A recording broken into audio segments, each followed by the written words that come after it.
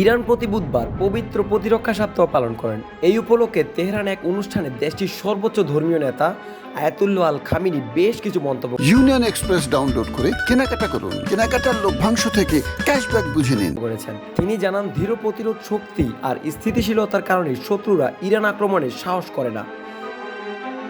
Khamenei বলেন, ইসলামের বিপ্লব এবং ইসলামী প্রজাতন্ত্রের কণ্ঠস্বর খুবই স্পষ্ট, যা বিশ্বের ভ্রাণ ব্যবস্থার বিরুদ্ধে আওয়াজ তোলে। তিনি এই সময় আরও জানান, শত্রুরা ইরানের বিরুদ্ধে মানবাধিকার ও পারমাণবিক ইস্যুতে বাহানা হিসাবে ব্যবহার করছে।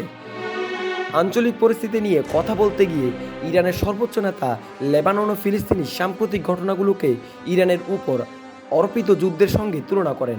তিনি জানান, লেবানন ও ফিলিস্তিনি ইসরায়েলি হামলার সম্পর্কে যুক্তরাষ্ট্রের বক্তব্য মিথ্যা।